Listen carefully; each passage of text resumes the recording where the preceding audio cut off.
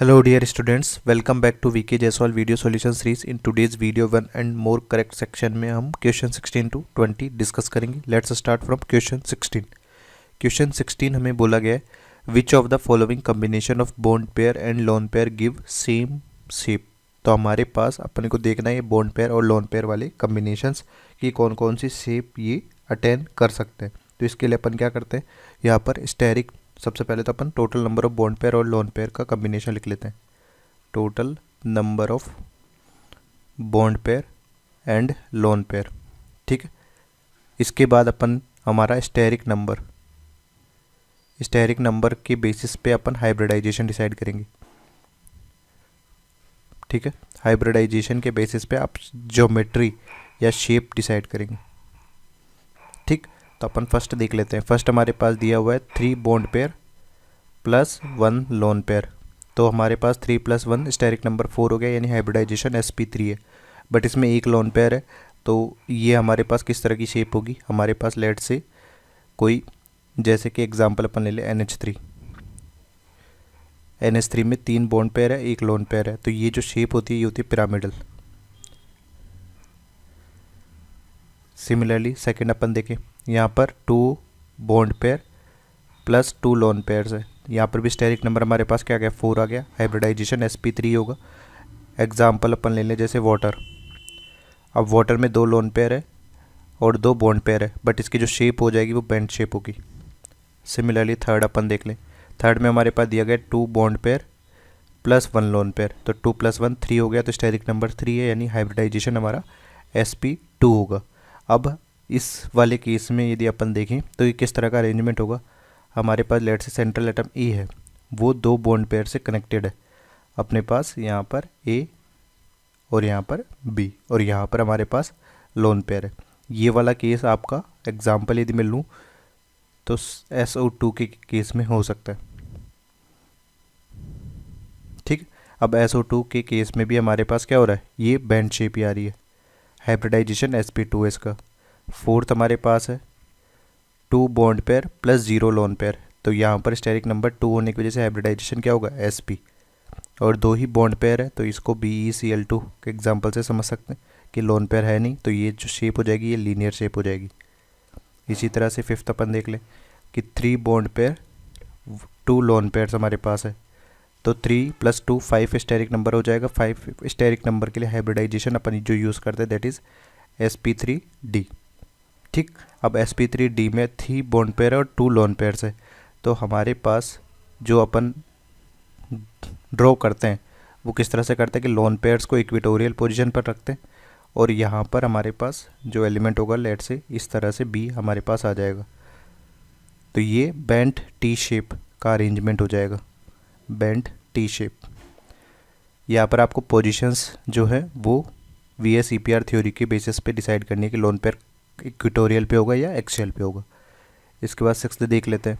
यहाँ पर हमारे पास 2 बॉन्ड पेयर है प्लस 3 लोन पेयर है. तो 2 + 3 5 हमारे पास हो जाएगा. यहाँ पर भी sp3d हाइब्रिडाइजेशन है. तीनों के तीनों लोन पेयर यहाँ पर है, तो तीनों के तीनों लोन पेयर हमारे पास इक्वेटोरियल पोजीशन पे हो जाएंगे और हमारे पास ये एक्सियल पे हो जाएंगे. तो ये जो शेप हो जाएगी ये, क्योंकि लोन पेयर्स को अपन शेप डिटर्मिनेशन में नहीं लेते, लीनियर हो जाएगी.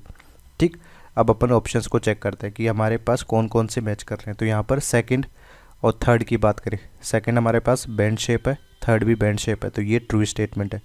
फिर अपने को बोला गया फोर्थ एंड फिफ्थ में लीनियर और बैंड, ये नहीं है, फॉल्स हो जाएगा. फिर अपने पास है फोर्थ एंड सिक्स्थ. तो फोर्थ हमारे पास लीनियर है, सिक्स्थ भी लीनियर है, ये भी ट्रू हो जाएगा. फिर हमारे पास थर्ड एंड सिक्स्थ की बात करते हैं. थर्ड हमारे पास बैंड शेप है और सिक्स्थ लीनियर है, तो ये भी फॉल्स स्टेटमेंट हो जाएगा. तो अपने को यहाँ पर जो पूछा गया था वो सेम शिप वाले मॉलिक्यूल्स का पेयर पूछा गया था, तो A and C are correct answer. Next है 17th. इसमें बोला गया select the true statement among the following.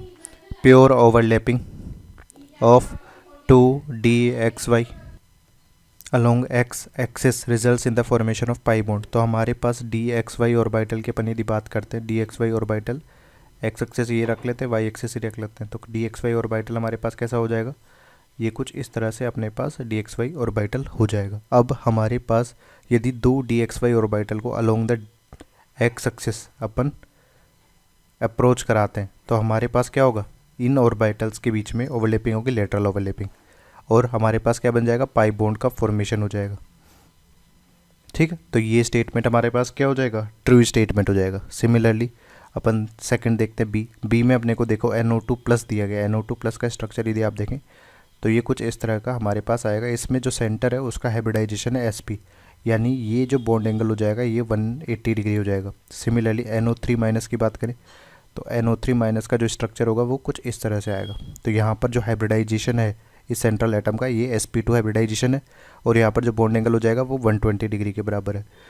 NO2 minus की यदि अपन बात करें, अब NO2 माइनस का स्ट्रक्चर यदि अपन देखें तो यहाँ पर लोन पेयर है। अब ये भी हाइब्रिडाइजेशन तो sp2 ही है, but due to lone pair bond pair repulsion यहाँ पर जो बॉन्ड एंगल होगा वो लेस देन 120 डिग्री होगा, ना कि 120 डिग्री। तो यहाँ पर अपने को बॉन्ड एंगल का यदि ऑर्डर चाहिए तो सबसे ज़्यादा बॉन्ड एंगल किसका होगा, NO2 प्लस का, then NO3 minus, then NO2 minus. ठीक है, यहाँ पर लेस जो है due to lone pair bond pair repulsion, bond angle decreases, bond angle decreases. ठीक, ये तो हमारे पास बॉन्ड एंगल का ऑर्डर हो गया। तो बॉन्ड एंगल के ऑर्डर के बेसिस पे तो ये सही दिया हुआ है, बट बॉन्ड ऑर्डर की बात करें अपन तो बॉन्ड ऑर्डर किस तरह से निकाल सकते हैं। यहाँ पर हमारे पास दो pure pi bonds double bond है, तो यहाँ पर इसका बॉन्ड ऑर्डर हमारे पास क्या है, 2 है। बट यहाँ पर हमारे पास रेजोनेंस हो रहा है, यहाँ पर भी हमारे पास रेजोनेंस हो रहा है। रेजोनेंस के केस में बॉन्ड ऑर्डर आप कैसे निकालते हैं, हमारे पास 1 plus number of pi bond divided by total number of sigma bond, totals अपन यहाँ पे लेंगे तो हमारे पास 1 plus number of pi bonds यहाँ पर कितने हैं, NO3 माइनस में 1, और टोटल सिग्मा बॉन्ड्स हमारे पास 1 2 3, कोऑर्डिनेट बोर्ड को भी अपन एज अ सिग्मा बॉन्ड यहाँ पर ले रहे हैं तो 1/3 हो गया, तो ये हो जाएगा बॉन्ड ऑर्डर 1.33। सिमिलरली यहाँ पर अपन बॉन्ड ऑर्डर निकालते हैं तो बॉन्ड ऑर्डर हमारे पास क्या हो जाएगा, 1 + 1/2, यानी ये हो जाएगा 1.5। तो बॉन्ड ऑर्डर का यदि अपने को करेक्ट ऑर्डर लिखना हो तो कैसे लिख सकते हैं, यहाँ पर NO2 प्लस का सबसे ज़्यादा होगा, देन हमारे पास NO2 माइनस का हो जाएगा, देन हमारे पास NO3 माइनस का हो जाएगा, जो कि ये करेक्टली मैच नहीं कर रहा है, इसलिए ये फॉल्स स्टेटमेंट हो गया है। ठीक है, इसी तरह से अपन बाकी में देखें, जैसे हमें बोला गया correct order of Lewis basic character, तो लुईस बेसिक करेक्टर की यदि अपन बात करते हैं तो NF3 हमारे पास कुछ इस तरह से दिया हुआ है। अब नाइट्रोजन जो अपना लोन पेयर है वो डोनेट करने की टेंडेंसी ज़्यादा रखेगा या लेस रखेगा, as electronegativity of fluorine is greater than chlorine, greater than bromine, greater than iodine. तो ज़्यादा इलेक्ट्रोनेगेटिव एटम क्या करेगा, लोन पेयर को अपनी तरफ होल्ड करके रखेगा, तो लुईस बेसिक करेक्टर उसका डिक्रीज़ हो जाएगा। तो जितनी ज़्यादा इलेक्ट्रोनेगेटिविटी है उतनी ही बेसिक स्ट्रेंथ उसकी कम होगी। तो ये ऑर्डर हमारा सही है for Lewis basic character. But यहाँ पर अपने पास बॉन्ड एंगल के बारे में भी बोला गया है, तो बॉन्ड एंगल का अपन किस तरह से देख सकते हैं, एज सेंट्रल एटम यहाँ पर सभी में सेम है, जो भी है वो चेंजेस हो रहा है सराउंडिंग एटम, और सराउंडिंग एटम हमारे पास ऐसा हो कंडीशन कि if central atom is same and has at least 1 lone pair, at least 1 loan pair. ठीक है, एक लोन पेयर यदि हमारे पास हो गया है तो देन हमारे पास then electronegativity of central atom यदि हमारे पास इंक्रीज़ हो रही है तो इससे क्या होगा, बॉन्ड एंगल हमारे पास डिक्रीज़ होगा।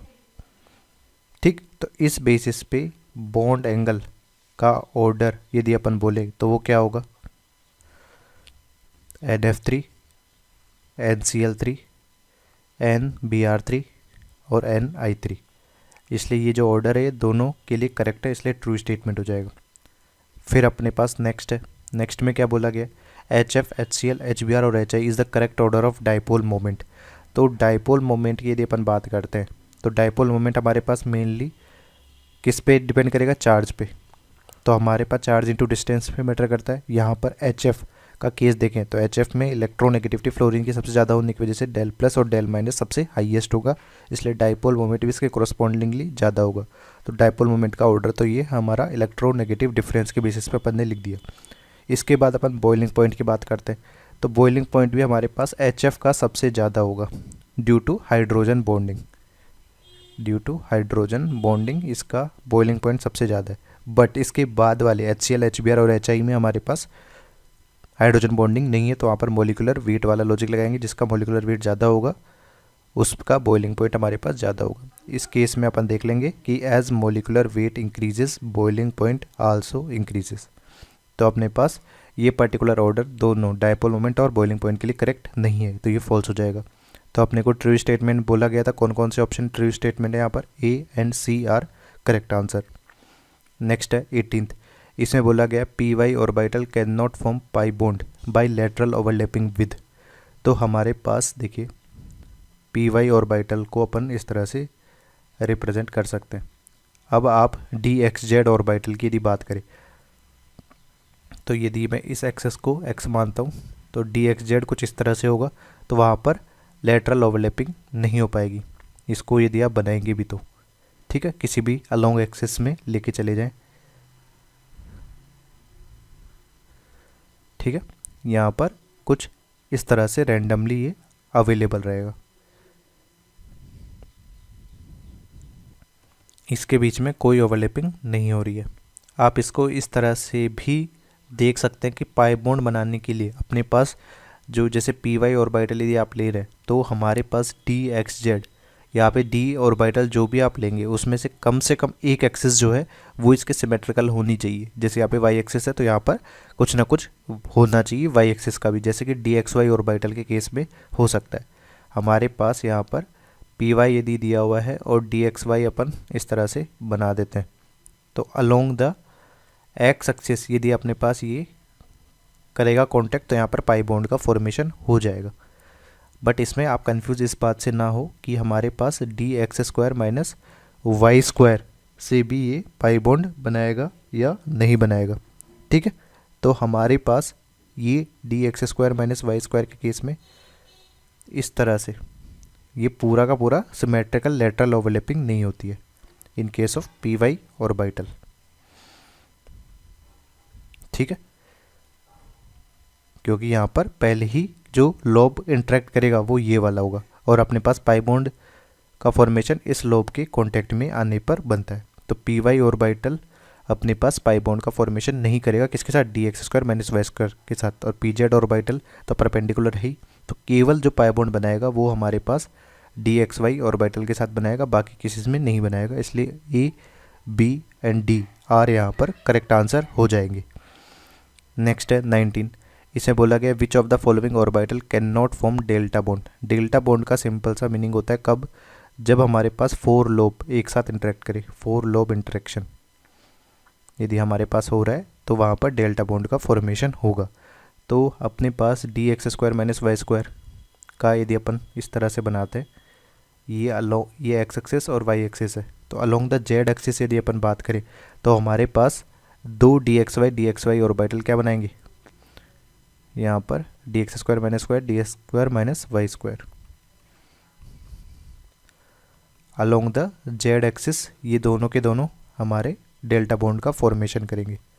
Along Z axis delta bond formed, ठीक है। सिमिलरली dxy ऑर्बिटल की भी अपन बात करें तो अलोंग द जेड एक्सिस ये भी डेल्टा बॉन्ड आराम से बना लेगा। Along Z axis 4 lobe interact easily हो जाएंगे। dz² के केस में देखें तो वहाँ पर 4 लोब इंटरेक्शन नहीं होगा। px के केस में भी 2 लोब इंटरेक्शन ही मैक्सिमम पॉसिबल हो सकता है। तो इन दोनों केसेस में हमारे पास डेल्टा बॉन्ड का फॉर्मेशन नहीं होगा। नेक्स्ट है 20 में बोला गया है select correct statement regarding sigma and pi bond. Sigma bond lies on the line joining the nuclei of bonded atoms. तो सही बात है, हमारे पास सिग्मा बॉन्ड का जो फॉर्मेशन होता है वो एक्सियल ओवरलैपिंग से होता है। जैसे कि हमारे पास क्या हो रहा है कि ये एसएस ओवरलैपिंग भी यदि आप कर रहे हैं तो इनका ओवरलैपिंग करने के बाद में हमारा जो सिग्मा बॉन्ड बनेगा वो कुछ इस तरह से ओवरलैपिंग वाला रीजन होगा। ओवरलैपिंग वाले रीजन में हमारे पास क्या हो रहा है, सिग्मा बॉन्ड फॉर्म हो रहा है इस इंटरन्यूक्लियर एक्सिस के लोग। जैसे कि एग्जांपल यदि मैं H और H को लूँ और हमारे पास क्या बन जाएगा, ये बॉन्ड बन जाएगा। तो ये सिग्मा बॉन्ड जो बना है ये इसके इंटरन्यूक्लियर एक्सिस या एक्सियल एक्सिस के अलोंग ही बनेगा। तो अपने पास डायरेक्शन डिसाइड करने के लिए सिग्मा बॉन्ड का अपन यूज़ कर सकते हैं। तो ये ट्रू स्टेटमेंट है। फिर बोला गया pi electron cloud lies on either side to the line joining the nuclear of bonded atoms, तो ये भी सही बात है।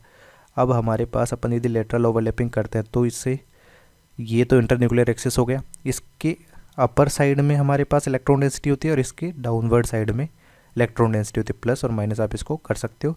और ये इंटरन्यूक्लियर एक्सिस है जिसके अलोंग ओवरलैपिंग हो रही है, तो यहाँ पर ये स्टेटमेंट भी क्या हो जाएगा, ट्रू हो जाएगा। फिर अपने पास बोला गया है कि पाई बॉन्ड की स्ट्रेंथ यदि अपन बोलते हैं कि क्या होगी, pi bond strength, pi bond strength में हमारे पास यहाँ पर 2p पाई ओवरलैपिंग सबसे ज़्यादा होती है, उसके बाद हमारे पास 2p पाई 3d पाई होगा, और उसके बाद हमारे पास हो जाएगा 2p पाई 3p पाई। अब यहाँ पर 2p पाई 3p पाई से ज़्यादा स्ट्रॉन्ग 2p पाई 3d पाई क्यों हो रहा है, क्योंकि यहाँ पे 3d पाई में डायरेक्शनल नेचर ज़्यादा होने की वजह से ज़्यादा स्ट्रॉन्ग बॉन्ड का फॉर्मेशन होता है, मोर डायरेक्शनल नेचर की वजह से हमारा स्ट्रॉन्ग बॉन्ड फॉर्म होता है, स्ट्रॉन्ग बॉन्ड फॉर्म। ठीक है, डायरेक्शनल नेचर की यदि बात करें तो हमारे पास डायरेक्शनल नेचर ऑफ ऑर्बिटल्स तो सबसे ज़्यादा होता है F orbital, then D, then P, then S. सबसे ज़्यादा डायरेक्शनल नेचर के बेसिस पे अपन स्ट्रॉन्ग बॉन्ड करेक्टर भी डिसाइड कर सकते हैं।